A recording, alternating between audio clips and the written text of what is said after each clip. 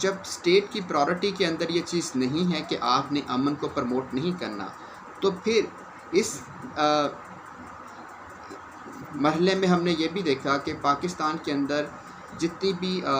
Civilian leadership بھی آئی، اور اگر انہوں نے انڈیا کے ساتھ تعلقات کو بہتر کرنے کے لیے کوشش بھی کی، تو ہم نے یہ بھی دیکھا کہ ان کا حشر کیا ہوا اور ان کو کس طریقے سے جو ہے وہ اسکرین سے آؤٹ کر دیا گیا، اور ان کے خلاف ایک پلان پروپیگنڈا کیا گیا کہ یہ لوگ جو ہیں یہ ملک کی سالمیت کے خلاف ہیں، ایون دیٹ کہ ان کو غدار تک بھی کہا گیا۔ اور میں سمجھتا ہوں کہ آج بھی جو ہماری اس ملک کو چلانے والے ہیں، جو جن کے اختیار میں بہت ساری طاقتیں ہیں، اور جنہوں نے اس ملک کو پچھلے کئی دہائیوں سے جو ہے وہ یرغمال بنایا ہوا ہے، شاید وہ بھی ابھی بھی اسی پالیسی پہ عمل پیرا ہے کہ ہندوستان اور پاکستان کے درمیان اگر کانفلکٹ سیل ہوگا تو اس کے نتیجے میں ان کے اپنے انٹرسٹ جو ہیں وہ پروٹیکٹ رہیں گے، ان کے اداروں کی لیجیٹیمیسی، ان کے اداروں کی ایگزسٹنس جو ہے وہ ایگزسٹ کرے گی۔ لیکن آخر یہ کب تک چلے گا؟ پاکستان کو بنے اتنے عرصہ ہو گیا ہے، اور کیا اسی پالیسی پہ ہم عمل کریں گے؟ اور اسی کی قربانی جو ہے وہ عوام، غربت، بدحالی، اور نہ جانے اس وقت آپ کے ملک کو کتنے پرابلم کا سامنا ہے، اس پہ ہم فوکس کریں گے۔ اسٹیٹ کو یہ کب ریلائز ہوگا کہ وہ اپنی ان پالیسی سے اوائڈ کرے؟ کیونکہ ہم نے اگر تھوڑا سا ہم اسٹڈی کریں اقوام کی تاریخ کو، تو جن اقوام نے ملٹری آپشنز کو سائڈ لائن کیا، ملٹری ڈاکٹرائن کو ایز اے اسٹیٹ انسٹرومنٹ کے طور پر انہوں نے ریجیکٹ کیا، وہ اپنے اقوام کو، اپنے ملک کو انہوں نے ترقی کی راہ پہ ڈالا۔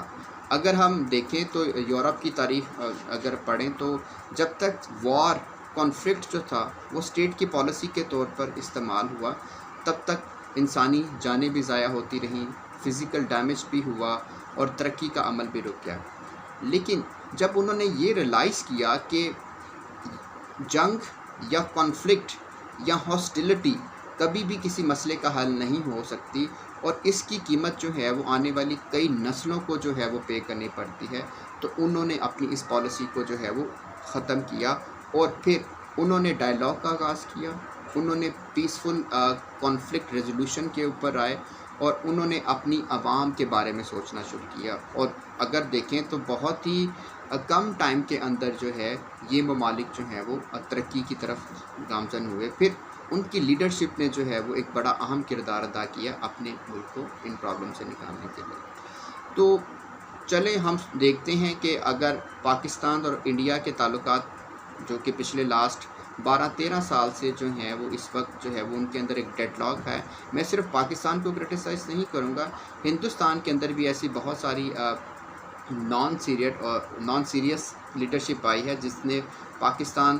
کے ساتھ جو ہے وہ تعلقات کو ایز اپنے پولیٹیکل انٹرسٹ کے لیے استعمال کیا۔ اس میں بی جے پی کی مثال دوں گا، اور اس وقت جو کرنٹ نریندر مودی کی گورنمنٹ ہے شاید وہ اسی پالیسی پر جو ہے وہ عمل درآمد ہے۔ لیکن آپ کو اس پالیسی کو جو ہے وہ اب ختم کرنا ہوگا، کیونکہ اس وقت جو خطے کی صورتحال ہے، اس وقت پاکستان اور انڈیا کے عوام جس پرابلم کے اندر ہیں، اور آپ دیکھیں کہ کووڈ-19 کی وجہ سے ایک ہیومن سیکیورٹی تھریٹ آپ کو نظر آتا ہے۔ انڈیا اور پاکستان کے پاس ایک دوسرے کو تباہ کرنے کے لیے، لوگوں کی زندگیاں چھیننے کے لیے تو سب کچھ ہے، لیکن بدقسمتی سے اگر دیکھا جائے تو اس وقت ان کے پاس انسانی جانوں کو بچانے کے لیے وینٹیلیٹر یا آکسیجن کے سلنڈر تک نہیں آپ کو ملیں گے۔ تو یہ ایسا کیوں ہوا؟ یہ ایک دن کا فینومینا نہیں ہے، یہ پورے ایک صدی پر یہ محیط ہے، اور جس کے نتیجے میں عوام جو ہے وہ اس کی سزا جو ہے وہ بھگت رہے ہیں۔ تو بنیادی فرق یہ ہے کہ پاکستان اور انڈیا کے جو کیا کہتے ہیں پولیٹیکل سٹرکچر ہیں، جو گورننگ سٹرکچر ہیں، اس میں بھی آپ کو ایک بنیادی فرق تو نظر آئے گا۔ آپ کا ملک پچھلے کئی سالوں سے جو ہے وہ ایک اتھارٹیرین ماڈل کے طور پر ہم اس کو چلا رہے ہیں، اور بیک اینڈ کے اوپر جو آپ کے ملک کے جو اختیارات رکھنے والے ہیں وہ اتنے طاقتور ہیں کہ ان کی مرضی کے بغیر ایک پتہ بھی جو ہے وہ اس ملک میں نہیں ہل سکتا۔ اور شاید عوام کو اتنا زیادہ برین واش کر دیا گیا ہے، عوام کو اتنا زیادہ جو ہے وہ پروپیگنڈے کے ذریعے سے یہ ریلائز کروا دیا گیا ہے کہ پاکستان جو ہے اس کو خطرات کا سامنا ہے، اس کو سیکورٹی تھریٹ ہے۔ انڈیا آپ کا ایک بہت بڑا رائیول ہے، اور اگر آپ کو ایک سیکورٹی چاہیے تو پھر آپ کے لیے آپ کے ملک کے جو کیا کہتے ہیں سیکورٹی کے میٹرز ہیں، اور اس کے علاوہ آپ کے ملک کا مضبوط دفاع ہی جو ہے وہ پاکستان کی سالمیت اور پاکستان کی امن کی ضمانت ہے۔ ڈیفنس ہمیشہ اسٹیٹ کی ایک پرائورٹی ضرور ہوتا ہے، لیکن ڈیفنس کا مطلب یہ ہرگز نہیں ہوتا کہ آپ اپنی نیشنل ڈیولپمنٹ اور اپنے ملک کے جو بنیادی کیا کہتے ہیں جو انسانی فلاح و بہبود کے جو پروگرام ہیں آپ ان کو سائڈ لائن پہ کرتے ہوئے آپ اپنے ملک کی ڈیفنس پالیسی کو پریپیئر کریں، اور جو کہ ایسی ڈیفنس پالیسی جو کہ کانفلکٹ کو ریزالو کرنے کے بجائے اس کو پرولونگ کرتی ہے، اور پرولونگ ہونے کی وجہ سے وہ شاید سمجھتے ہیں کہ جی ہمارا جو کام ہے اور جو ہمارا دھندا ہے وہ چلتا رہے گا۔ لیکن میں کافی پڑھنے کے بعد اور کئی سالوں کے بعد اس نتیجے پہ پہنچا ہوں کہ بہت ساری چیزیں ایسی ہیں جو کہ عوام شاید جن کی حقیقت کو کبھی سمجھ نہیں پائیں گی۔ پاکستان کو ایک سیکیورٹی اسٹیٹ جو ہے وہ بنایا گیا ہے۔ مجھے بتائیں دنیا میں ایسا کون سا مسئلہ ہے جو بات چیت کے ذریعے سے، جو ڈائلاگ کے ذریعے سے حل نہیں ہوتا؟ کیا آپ نے یورپ کی تاریخ کو نہیں دیکھا، جہاں پر فرانس، جرمنی، گریٹ برٹن اور کئی ممالک کئی دہائیوں تک لڑتے رہے، اور کیا انہوں نے پھر اس چیز کو ریلائز نہیں کیا کہ ان کے مسائل کا حل جو ہے وہ جنگ نہیں ہو سکتی، کرائسس اور کانفلکٹ کو انفلیٹ کرنے سے کبھی بھی مسئلہ جو ہے وہ حل نہیں ہو سکتا؟ تو شاید جب انہوں نے اس بات کا ادراک کیا تو پھر وہ ٹیبل ٹاک پر آئے۔ ہمارے درمیان ایسے کیا ایشوز ہیں، ایسے کیا پرابلم ہیں جن کو ہم بات چیت کے ذریعے سے حل نہیں کر سکتے؟ میرا نہیں خیال کہ میں سمجھتا ہوں کہ بات چیت ہی وہ واحد راستہ ہوتی ہے جو کہ آپ کو منیمم کاسٹ ڈیمیج سے جو ہے وہ آپ کے مسئلے کو جو ہے وہ حل کر دیتی ہے۔ لیکن شاید بات چیت جو ہے وہ ان لوگوں کے لیے افورڈیبل نہیں ہے، یا وہ یہ نہیں چاہتے کہ پاکستان اور انڈیا کے درمیان تعلقات جو ہیں وہ بہتر ہو۔ اور جب کبھی بھی آپ تاریخ اٹھا کے دیکھ لیں، چیزیں نارملائز کی طرف ہونے یعنی جس ڈائریکشن میں وہ جانا گئیں، جیسے واجپئی صاحب آئے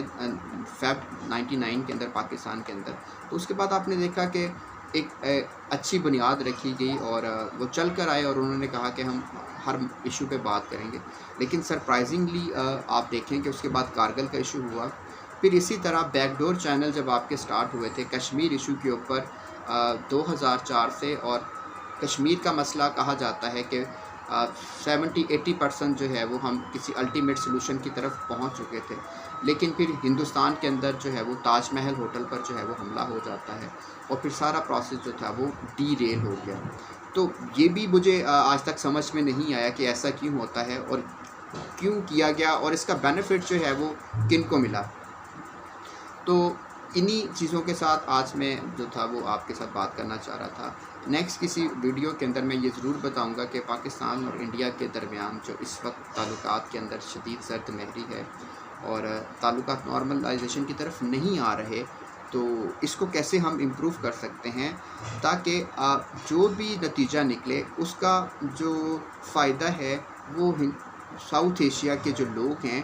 ان کو ملنا چاہیے، اور آپ کی جو اگریسو سیکورٹی ڈاکٹرائن ہے آپ اس سے باہر نکلیں گے تو اس کا جو ہے وہ پازیٹیو رزلٹ آنا شروع ہو جائیں گے۔ تو شاید اب اقتدار کے ایوانوں میں بیٹھے ہوئے لوگ کو شاید تھوڑا سا یہ ادراک ہونا شروع ہو گیا ہے کہ ہم اگر اس پالیسی پہ چلتے رہیں تو شاید ہماری آنے والی نسلیں بھی جو ہیں وہ ہمیں معاف نہیں کریں گی۔ جو آج کے لیے اتنا ہی، نیکسٹ انشاءاللہ کسی دوسرے ٹاپک کے ساتھ میں آپ کی خدمت میں حاضر ہوں، تب تک کے لیے اللہ حافظ۔